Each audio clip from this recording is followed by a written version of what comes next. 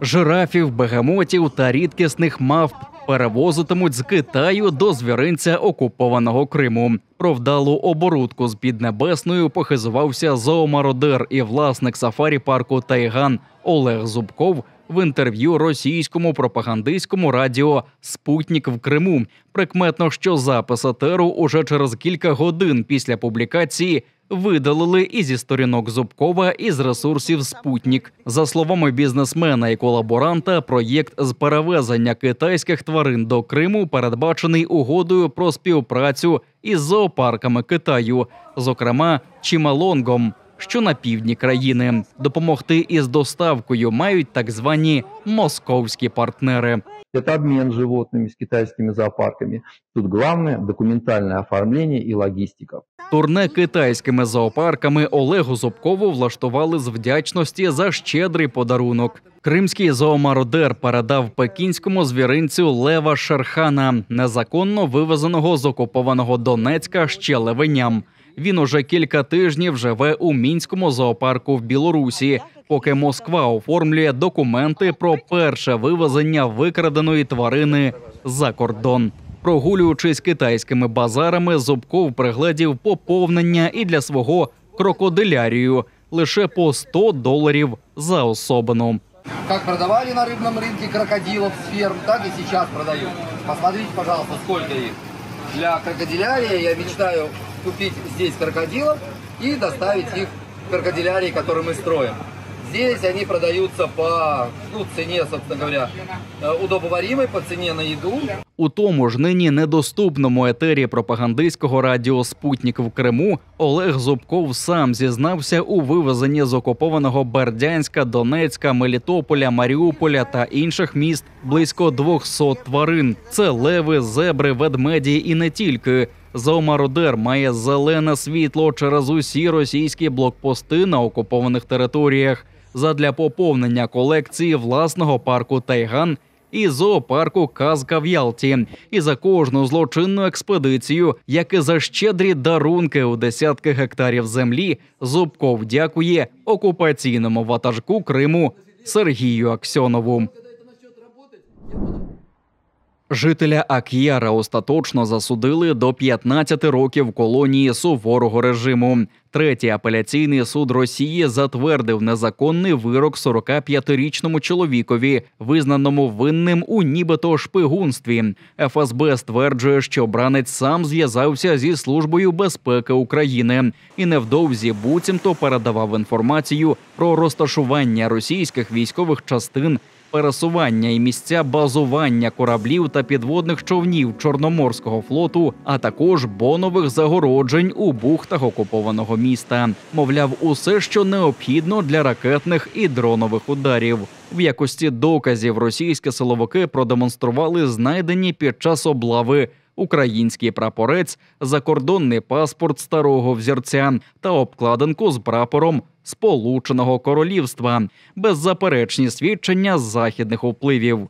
Окрім шаленого терміну, бранцеві присудили штраф у 200 тисяч російських рублів. Лише напередодні у тому ж Ак'ярі 48-річного чоловіка незаконно засудили до 21 року колонії за тими ж закидами у шпигунстві на користь України. З початку вересня за подібними звинуваченнями затримали ще 5 жителів Криму.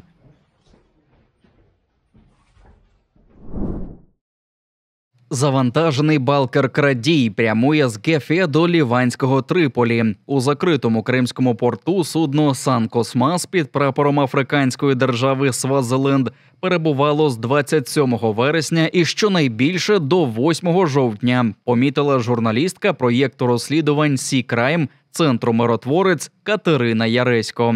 Фахівчиня припускає, що справжнім пунктом призначення може бути Сирія. Чи навантажений балкер саме збіжжям, Яресько не уточнила.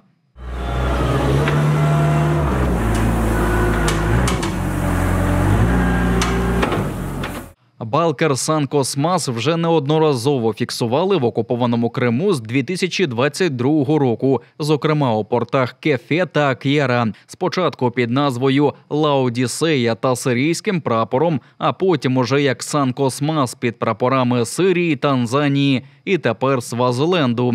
Журналісти розслідувального проєкту Sea Crime змогли знайти докази того, що це судно вивозило через термінал Авліта в Ак'єрі крадену мелітопольську пшеницю. Фіксували рейси до Сирії, Лівану та Туреччини. Щоправда, як порт відправлення часто вказувався Новоросійськ. Сирійський судновласник «Лаодісея» чи то «Сан-Космас» попри зміни назви перебуває під американськими санкціями з 2015 року. Цікаво, що саме цей балкер був свідком знищення великого десантного корабля «Новочеркаськ», перебуваючи у порту Кефе наприкінці минулого року. І, судячи з усього, виходив з Криму у день ураження місцевої нафтобази 7 жовтня.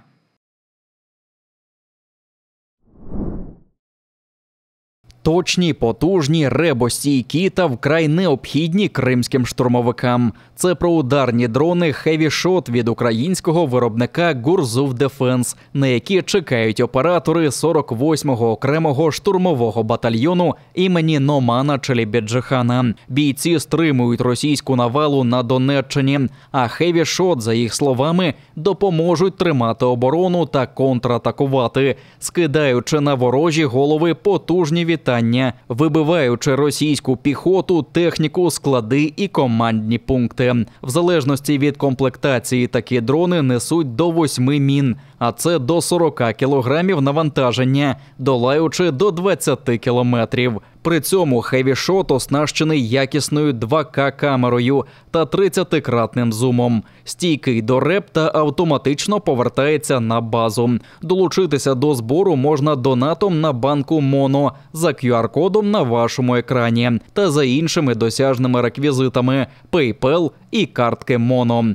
Мета амбітна – 2 мільйони 830 тисяч гривень, але разом нам це по силах. Кожна гривня – важливий внесок у підсилення 48-го окремого штурмового батальйону імені Номана Челібіджихана, а також інвестиція у визволення Криму.